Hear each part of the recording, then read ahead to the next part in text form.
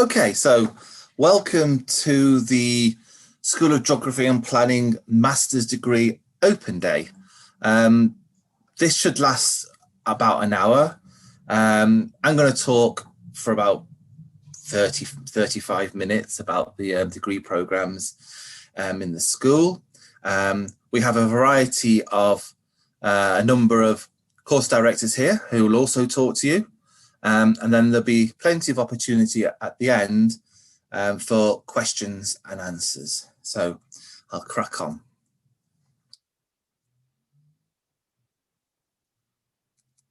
Okay, so I'm Professor Scott Orford. I'm the Director of Postgraduate Taught Studies in the school. So I oversee all the different programs we have. We have about 8 or 9 programs. There's a list of them here. And also here are the course directors who run each of the courses. Most of the course directors are on the call today, and they'll introduce themselves once they introduce the program. So we're going to go through the programs one at a time, and they'll introduce themselves there, and they'll spend about 3 or 4 minutes giving an overview of each program. Unfortunately, 3 couldn't turn up today, so I'll be introducing the programs for them.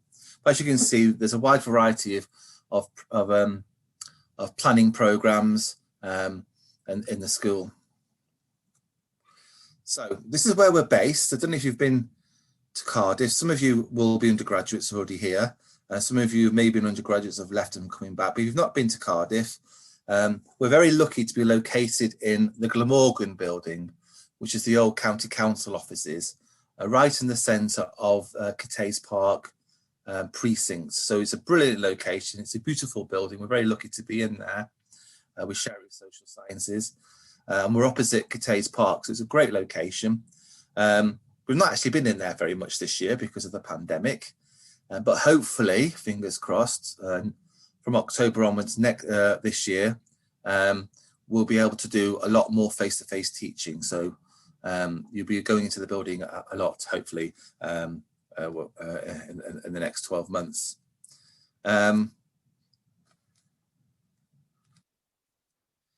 This is just a map of where we are in Cardiff. So as you can see, we're very close to the city centre. We're about 5 to 8 minutes walk from the city centre. It's a great location to pop in at lunchtime if you want a break. And we're about a quarter of an hour's walk from the main central railway station if you're planning to commute in. So as you can see, we're very centrally located. We've got this nice park in front of us. We've got Butte Park at the back. So it's a great location to be in terms of accessing the rest of the city. It's also close to a lot of halls of residence if you're an international student who's thinking of coming and staying over. So we're very close to a lot of the accommodation as well. There's lots of reasons why students come to Cardiff and come to the School of Geography and Planning to do their degree. A lot of it's to do with the reputation of the Cardiff and the reputation of the school. So we're one of the top planning schools in the country, and Cardiff is one of the top universities in the country. So we have a very good reputation. As I'll go on to say, a lot of our degree programs are professionally accredited by the Royal Town Planning Institute and also the Royal Institute of Chartered Surveyors, which will probably be important to a lot of you in terms of your degree and your career. Students come to us as well because of the quality of our programs and the wide variety of programs we offer. So we offer conversion courses to students who've never done planning before, to specialist courses to students who have done a spatial planning undergraduate, want to specialise in sustainability or transport or urban design. We're about 2 hours, or actually less than 2 hours now, from London on the train. So we're very well connected. We're about 45 minutes from Bristol.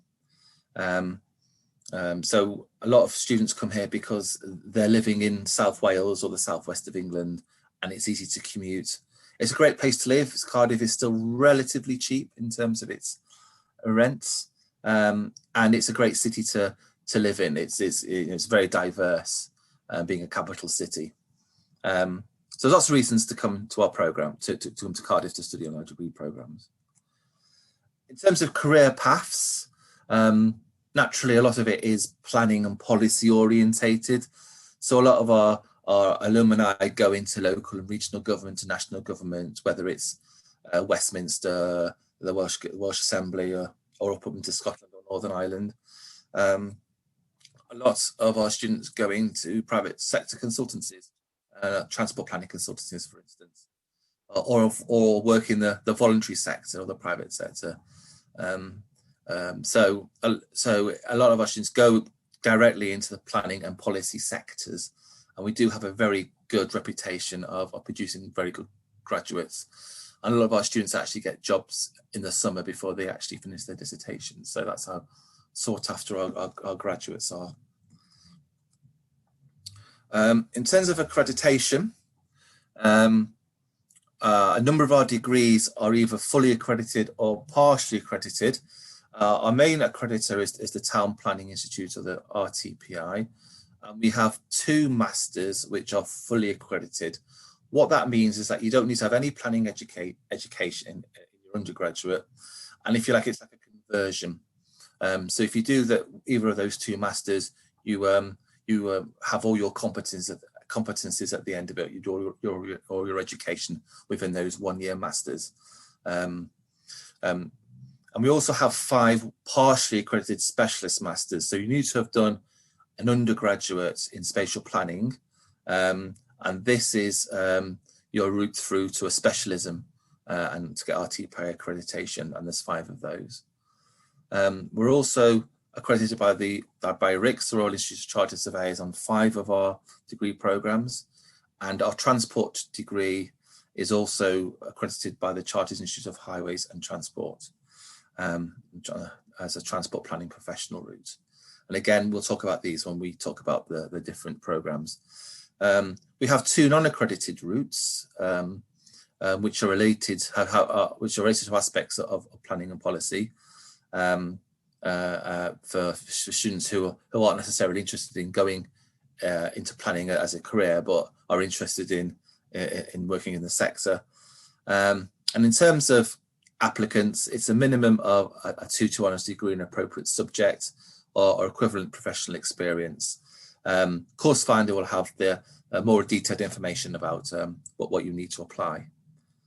So we're going to start off talking about a brief overview of the 2 fully accredited RTPI degrees. And you can think of these as conversion degrees. So you haven't done any spatial planning undergraduate before. These are the 2 degrees you could do to get your full educational competencies for the RTPI.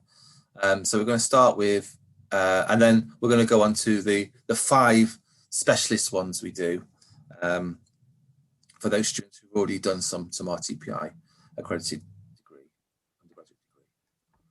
And there's our non-accredited MSCs. So we're going to kick off with Brian, who's the course director of the MSc Spatial Planning and Development. Great, thanks, Scott. Hello, everyone. Welcome. So as Scott said, my name is Ryan Webb. I'm the course director for the MSc in Spatial Planning and Development. This is a conversion course. So this is one of those courses that assumes no prior knowledge of planning or surveying. And we get students from all sorts of different backgrounds coming from it, from ones that are maybe more closely aligned, such as human geography, all the way through to people in languages and political science as well. So there's lots of different backgrounds that we get people coming to the program from. It is fully accredited by the Royal Town Planning Institute as well as the Royal Institute of Chartered Surveyors.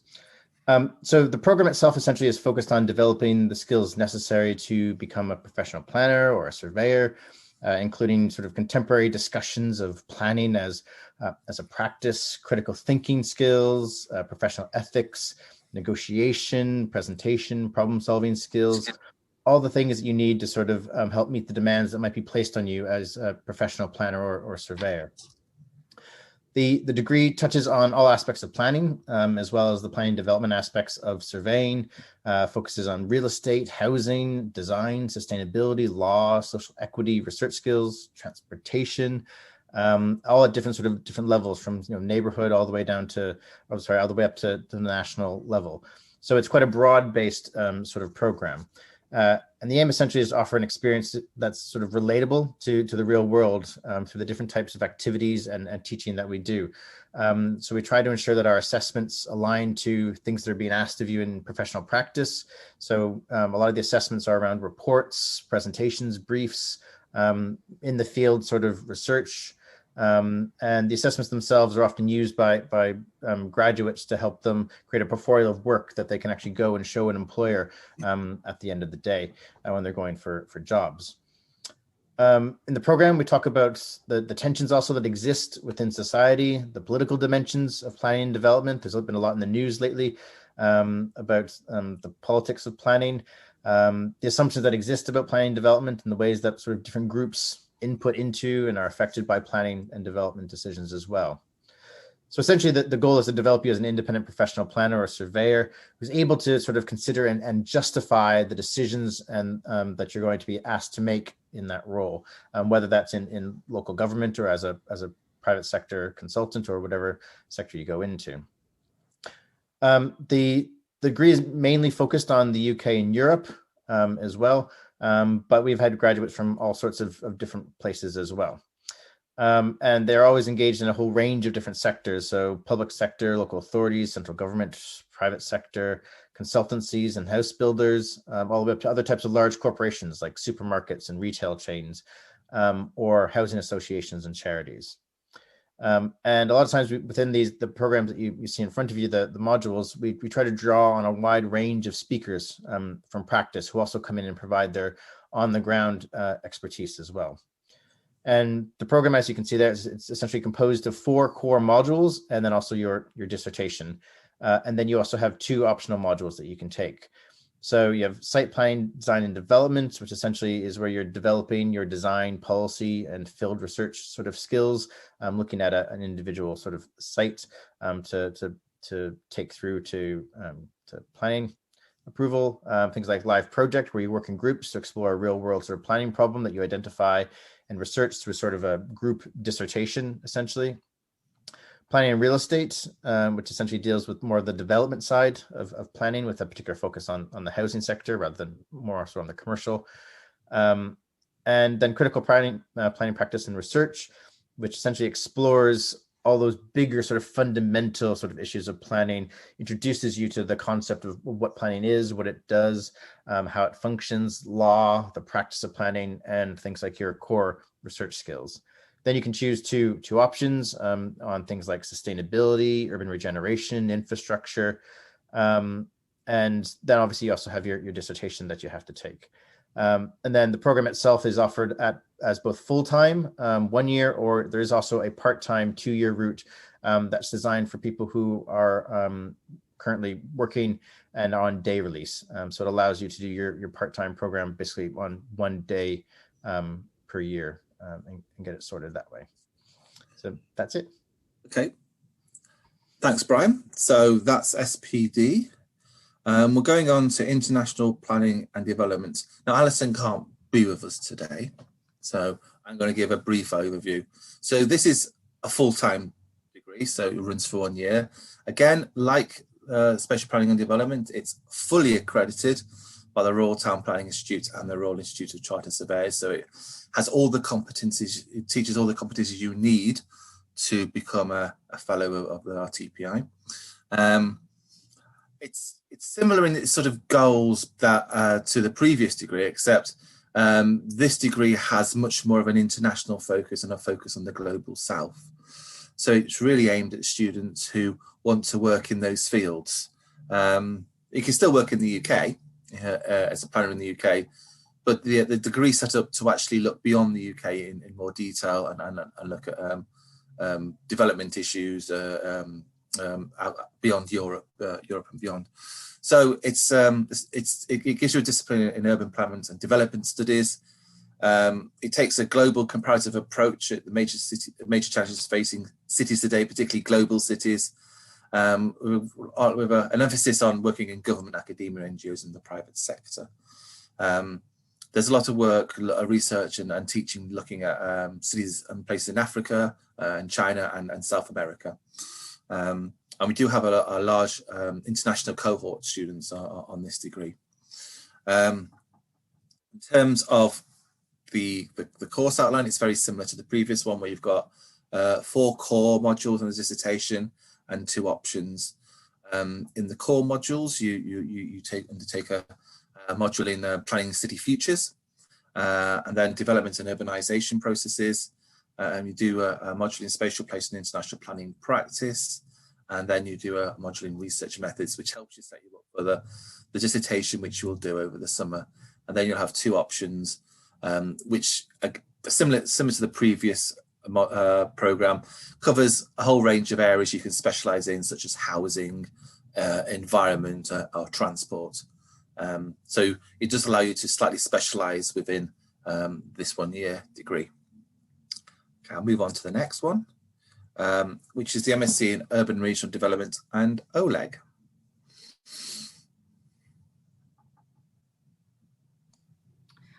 Scott, Oleg's having trouble getting in. Will you be able to cover for him? I'll come back to Oleg because he gets in. And Andrea's not here, so I'll do Andrea's and see if Oleg gets back to you. So we'll come back to Oleg's. So I'll do Andrea Collins. Unfortunately, Andrea couldn't be here again today. She's got family issues. So this is one of our what we call our partially accredited or specialist masters. So this masters is partially accredited by the Royal Town Planning Institute. So it covers some of the competencies you need for Royal Town Planning Institute accreditation. And if you've done an undergraduate in spatial planning, it gives you the fine up to competencies you need. If you haven't done an undergraduate in spatial planning, you then need to do a top-up after this degree to get the full accreditation. And it's also accredited by the Royal Institute of Chartered Surveyors. And it's a full-time 1-year route or a part-time 2-year route. And as the degree suggests, it's a degree which focuses on sustainability and environmental issues within planning. It's been going for a number of years now. It's a very well-established degree. It's a very popular degree. We get about 40-odd students on it every year now. So it's very sizable. It's very well known. Students go off into working in the sustainability sector and the environmental sector. And it's about really developing your critical learning and applied skills in the field of sustainability. So it links together all the debates about climate change, sustainable growth, green infrastructure, and weaves it into sort of issues to do with planning and practice. There's a particular emphasis on principles and processes and how policies may or may not achieve sustainable development. It looks like the resource sector and a lot of the options you can choose cut across things such as transport, housing, food, and there's an element of research training as well for you to do your dissertation. So, in terms of modules, you do 2 core modules and your dissertation, and then you have 4 option modules, and this reflects the fact that the degree cuts across a lot of different specialisms, as you might expect with sustainability, environmental policy. And so it allows you to specialize a bit if you wanted to in those different areas. So as I said, there's transport, and there's transport, and there's housing, and development. So it allows you to sort of become a bit of a specialist in a particular area. And again, the dissertation you'll do over the summer, which is worth 60 credits. Okay, move on to transport. So Dimitris. Yes, thank you, Scott. Good afternoon, and thank you for joining the session today. I'm Dimitri Potoglou. I'm a reader in transport and applied choice analysis, and also director for the transport and planning masters. As the slide shows here, the course is accredited by the Royal Town Planning Institute as a specialist masters, which means that in order to receive accreditation, you need to have a first degree, undergraduate degree, accredited by RTPI.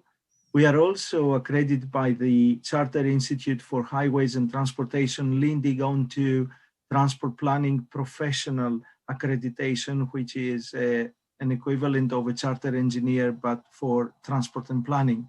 And the master's covers the knowledge requirements leading on to membership.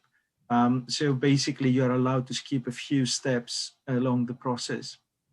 What we are trying to cover in this master's is basically land-based transport, contrast also issues about rural and urban areas, but also equip our students with skills and knowledge related to appraisal and valuation, understanding and using statistical and modeling methods to analyze travel behavior and consider, of course, a range of transport related options. Also, we encourage our students to critically appraise a range of transport policies to promote greater sustainability, considering all sorts of modes, including walking and cycling, micromobility as well. There is an opportunity for our students to apply for 2 bursaries. Unfortunately, the Brian Large bursary, the deadline has now ended, but there is an opportunity for the Reece Jeffries Road Fund, and we are waiting to hear about that. We tend to get students from all sorts of backgrounds, and we have very successful cases of students coming from archaeology, even archaeology or arts, and doing really good work throughout their masters. In terms of employment, students work for local councils, consultancies, and some of them even progress onto PhD, onto doctoral studies. We have a number of guest speakers coming from the Welsh Government, the private sector, Transport for Wales, very good relationships with Cardiff Council as well, supporting our lectures, field study visits as well, with their professional insights, so to speak. The course has 6 core modules. As you can see here, principles of transport economics, transport analysis. These are 2 autumn modules along with sustainable transport policies. And in the spring semester, we have researching transport, a module we are trying to bring a lot of practical knowledge. We are buying a new transport planning software to have students work on potential scenarios and work on assessing those scenarios in terms of congestion, travel times, and so on. Transport in the City is a field study visit in Kent and London, visiting the council there about their bus rapid transit system, and also the Department for Transport and Transport for Wales, with very useful case studies in terms of how public transport infrastructure is being deployed to support growth. And finally, there is 1 option module and the dissertation in the spring semester. I'm more than happy to answer to individual questions during this session, but also please feel free to email me if you need more information about the master's course. Thank you. Okay, thanks, Dimitris. Oleg's now joined us, so we'll go back to urban and regional development. Okay, Oleg? Hello, hi. Yeah, sorry for some problems beforehand. And hello, everyone. Really glad to see all attendance here. So urban and regional development then. Well, the central idea underpinning our program is that cities and regions today play the most important foundational role actually for organizing our society, for organizing our economies, and shaping and driving all sorts of innovation for economic, social, sustainable development.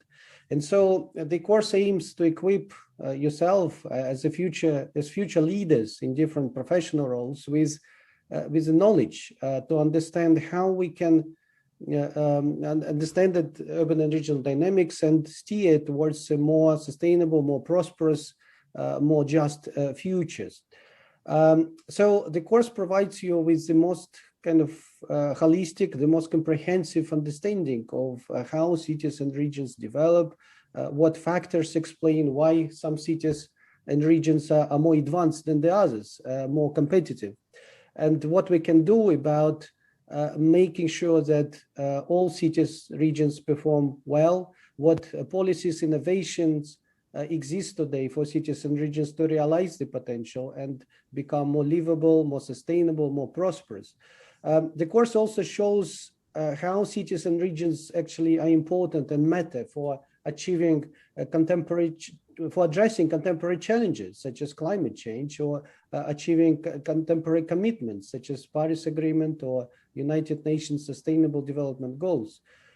The course builds very much on the world-leading research that we have in our school in these particular areas.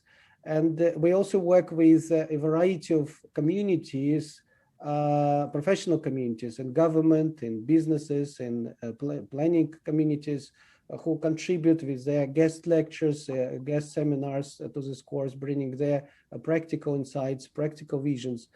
So in the assignments, students have the opportunity, of course, to demonstrate different critical perspectives on these issues, but also to develop practical, applied skills. For example, when designing economic development strategies for cities and regions. So the structure of the course, which is next slide, is that we have a number of core modules, including urban and regional dynamics, governing urban and regional economies, which are unique to this program. So they are not shared with other programs. And this is where students develop this kind of foundational knowledge in these aspects.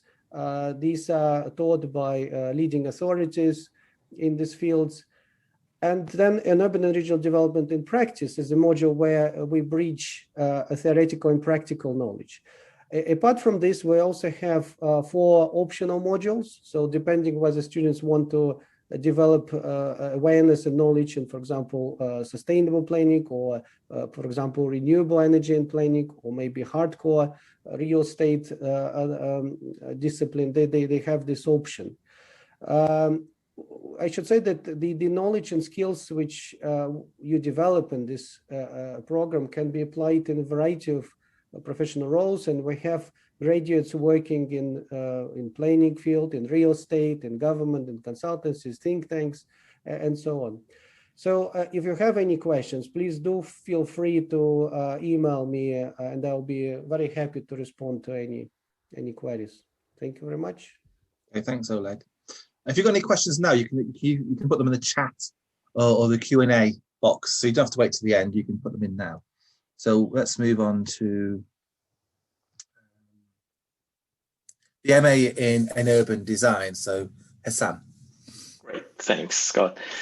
So hi everyone, it's great to be here. I'm Hassan, I'm a lecturer in urban design at the School of Geography and Planning, also serving as the co-director of the MA Urban Design in collaboration with Dr. Nasran Peymay from the Welsh School of Architecture. Perhaps a key feature of this program is that it runs in conjunction with the Welsh School of Architecture. So we have staff members contributing to this particular course from both School of Geography and Planning and also the Welsh School of Architecture, Cardiff University. Urban design is transdisciplinary, straddling professional fields such as architecture, landscape architecture, urban planning, and public policy. Also disciplines such as politics, economics, sociology, and cultural studies. I guess throughout the course, what is going to be communicated, the course is going to enable you to learn by deploying design theory and development and design control practices which inform urban design processes. Also deepening your knowledge and understanding of urban design and the role of urban designer in the process of place transformation and how cities work. Particularly also enables you to develop urban analysis, design, and research skills throughout different modules in the program, and also enabling you to develop critically informed as well as creative and practical proposals for real sites addressing important contemporary urban issues. And perhaps last but not the least, enabling you to developing a range of relevant skills as throughout the different modules as outlined in the module descriptors of this program. A particular also feature of this program is the studio teaching, which focuses on developing critically informed as well as creative and practical proposals for real sites. And also in the context of the design studios, you will have the opportunity to receive input from also practitioners in addition to academics and scholars involved in the field. In the program, we have 7 core modules, particularly looking at urban design thinkers, more of a theoretical, theory-focused module. Also, along with the Urban Design Foundation and Autumn Studio, these 3 modules are going to be typically delivered during the autumn semester. And then we will have the Urban Development Debates, Spring Studio, and also Research Methods and Techniques as the other 3 modules delivered in the spring semester. And then we have the Research-Based Design Project as the last module in this program, which is a kind of dissertation module in this program. I guess I'm gonna stop here. Thanks. Thanks, Sam. Okay. So that was MA in Urban Design. Our next RTPI accredited, specialist accredited course is the MSc in Environment Development. I'm very pleased to say that this has just recently been accredited by the RTPI as a specialist course, starting this session in October. So prior to this year, it wasn't accredited. So this is the first time. So students coming in October will be the first set of students who will be doing the accredited version of the degree. So I'll hand you over to Antonio. Thank you very much, Scott. Hello, everyone. I have to apologize because I'm calling you from my office in the school building, in the Glamorgan building. I don't have a camera here. So today you just have to bear with that and listen to my voice. But in any case, it's very nice to be here talking to prospective applicants and share some information about this MSc course, which is growing fast, and we are attracting very enthusiastic people from different parts of the world. This year, as in the case of all the other courses, was a very strange and challenging year, but despite of all that, because of the pandemic, we managed to achieve all the goals and had a very productive year. So I'm sure next year will be a continuation of that and even better. So this course, in a nutshell, is a critical interrogation on the political and ecological dimensions of development. So to understand the dynamics and the controversies and the interactions around development from an environmental angle. So we will have cutting-edge debates and assessments on how different societies in the global north and in the global south interact with nature, perceive nature, define nature, and relate with nature, and how all that affects the process of development. Also, how development is used to impose certain forms of environmental management and resource allocation. So development relying on environmental management and also affecting environmental management, and how that facilitates collaboration between different groups, social groups, but also sometimes generates some conflicts and some disputes. So this is basically a summary of the course. You have here bullet points with additional aspects of this course, but the main thing is that we'll be critically interrogating development from an environmental angle. So next slide, please.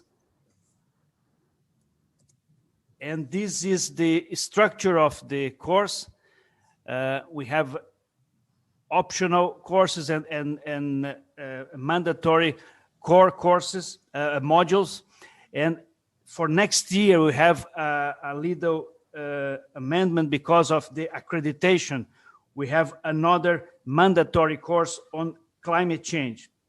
So the structure is basically in the first semester, we have a module on environmental governance, on development and urbanization, and also for next year we have this new module on environmental policy and climate change. In the second semester, you can choose one optional module, and you have to do the core module, which is exactly environment and development and research methods, and then during the summer develop your dissertations. So that's a broad summary, and you see that it has some common areas with the other courses, but it also has some very clear specificities, especially this interrogation on the social-natural, socio-ecological basis of development. Thank you. Thanks, Antonio. So those are our 5 specialist partially accredited RTPI degrees. Now we're moving on to 2 degree programs which don't have any accreditation. So I'm going to hand you over to Yuli to talk about our full-time degree program in Eco Cities.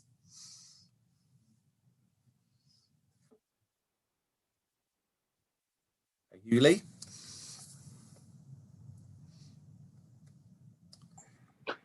Yeah, sorry. Hello, everyone. Nice to meet you too.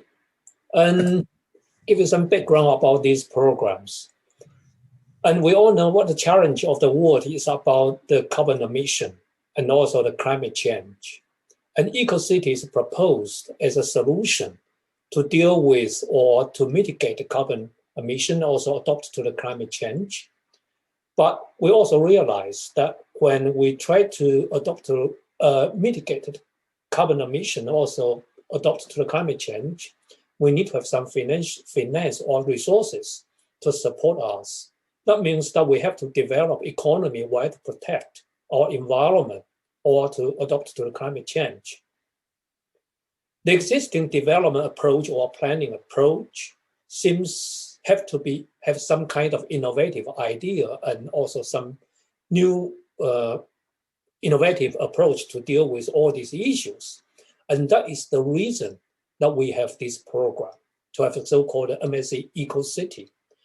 And it's been involved in the debate, and this program has been involved in debate and explored the various solutions to deal with the challenges in the world.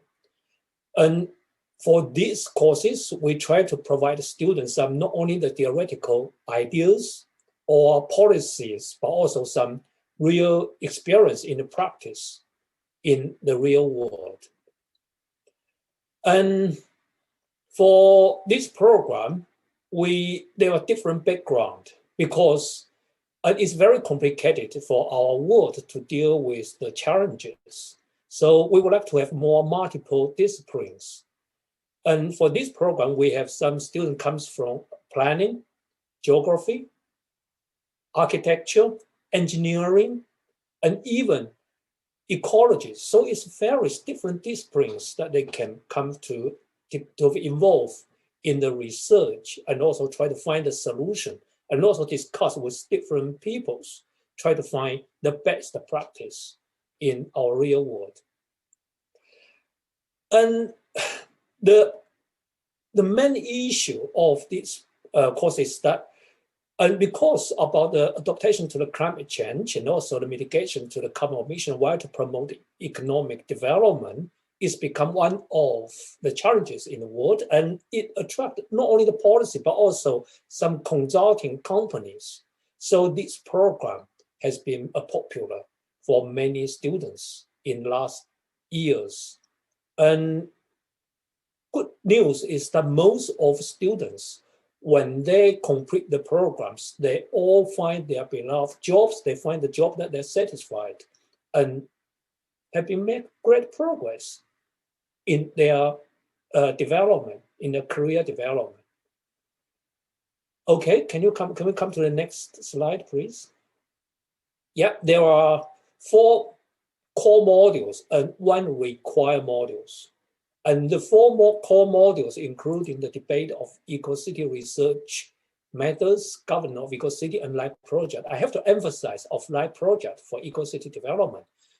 And this project has been operated for in last years, and it's been in different countries, and especially when before pandemic. We went to China, we went to Indonesia, and we also discussed with some potential partners in Europe. So the students, not only, as I mentioned just earlier, it's not only about understand the theory or policy, but also to involve in real life to see what exactly the policymakers, planners, and local communities are thinking and what's their solution. And if most of our students find it's really very helpful to their future development. And besides these 5 or 4 modules plus 1 required one, we also have another 5 option modules because we come from different, students come from different background. They might find some of their options for their career development in the future. So we have different option modules from planning, from transport, from climate change, from low carbon or zero carbon emission, and also smart city. Anyway, that's what I would like to tell you. And if you have any questions, please do not hesitate to contact me. Thank you. Thank you, Lee. And the final of our degree programs is the MSc in International Planning and Urban Design. Richard can't be with us today, so I'm just going to do a quick overview. So this is a full-time program. It's not accredited, and it's basically a planning degree with a specialism in urban design, with the planning emphasis on the global south. So it gives you the skills you need to become a planner, and also the urban also an introduction to urban design skills. So it's slightly different from the MAUD degree, which is a focus on urban design as a specialism. This is urban design as part of a wider degree in international planning. In terms of its structure, it's 6 core. So that's 5 modules and a dissertation plus 1 option module. So it's got a similar setup. So in terms of the design aspect, you do 40 credits worth, which is designing cities and urban theory provocations. And there's also a design element in the site planning, design and development module. And then you do your planning elements in the site planning, design and development, and the planning cities. And then you have a research methods module that feeds into the dissertation, which you do over the summer. Okay, so I'm just going to finish the talk and then throw it open to questions. In terms of just answering a few frequently asked questions. So this year, as it's been intimated, it was a strange year for us in terms of teaching. We introduced blended learning, which was a mixture of pre-recorded lectures online, live lectures and live workshops online, and some face-to-face teaching when we were allowed to do so by the Welsh Government. Next year, hopefully there'll be a lot more face-to-face teaching. It'll depend upon what Public Health Wales say in terms of the lockdown. Hopefully by the end of the summer and the vaccination program successful, we'll be a lot freer to meet, and social distancing will be relaxed. So we'll be able to do a lot more in-person teaching in the Glamorgan building. However, we'll still be doing blended learning. So there'll still be elements of recorded material online, and there'll also be some face-to-face online, live online as well. That's not going to go away now. That's the way the sector's going. It's going to be this sort of blended approach, which feedback from this year's students said they actually quite like the idea of having this sort of mixture of online and in person. You're all taught 6 modules per year, 20 credits per module in your taught part, which is split between 2 semesters, the autumn semester and spring semester, and then you do a dissertation over the summer. So if you're doing a full-time degree, it lasts 12 months. You start at the end of September and you submit your dissertation at the beginning of September. So it's a full year. The average week is approximately 12 hours timetable contact time, which will be a mixture of face-to-face in person and face-to-face live online. We have an open door policy. So even if we're not in the building, you can still email us and we can set up meetings to enable questions and discussions. You're given a personal tutor who you are advised to meet twice a year. Again, that could be online if that suits you, or it could be face-to-face in our offices. We're really developing our online resources and our online platforms. So we tend to use Zoom as our sort of de facto platform for our online teaching. We have Learning Central, which is our virtual learning environment, which we're really beginning to learn how to use properly in terms of integrating the different types of teaching. And also we use email. We're also using platforms such as Miro for design teaching. So we're beginning to sort of really learn how to use these platforms efficiently.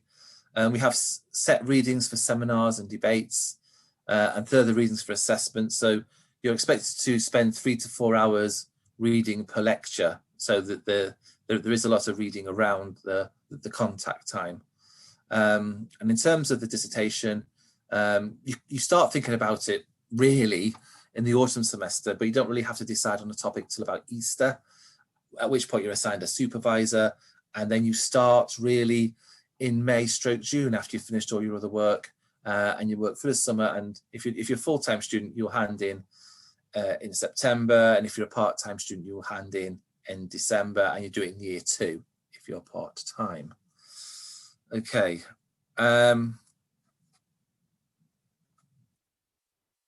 And in terms of assessment, we do a wide variety of assessments deliberately. It's not all essays. We don't do any exams, you might be pleased to know. We do a lot of assessments which map onto competencies and sort of working skills. So we do presentations because we know presentations are important when it comes to careers. We do group projects and teamwork because most planners work and policymakers work in teams. And we give you advice on how to use collaborative platforms to work on teams. So,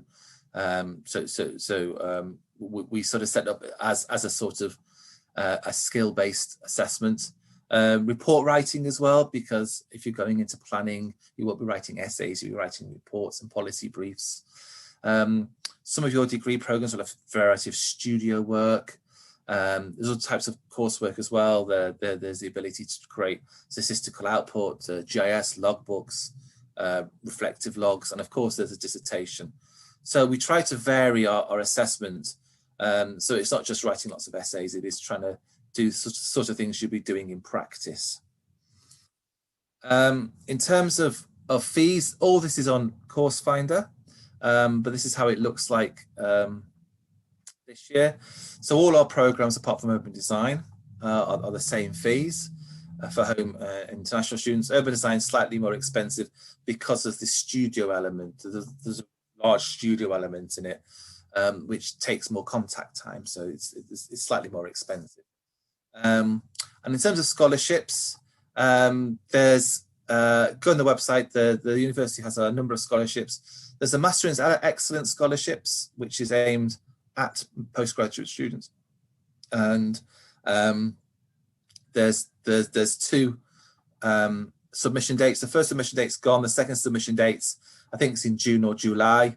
If you still haven't got your undergraduate degree, there's a submission date for when you get that. So go online, and that's £3,000 off your fees.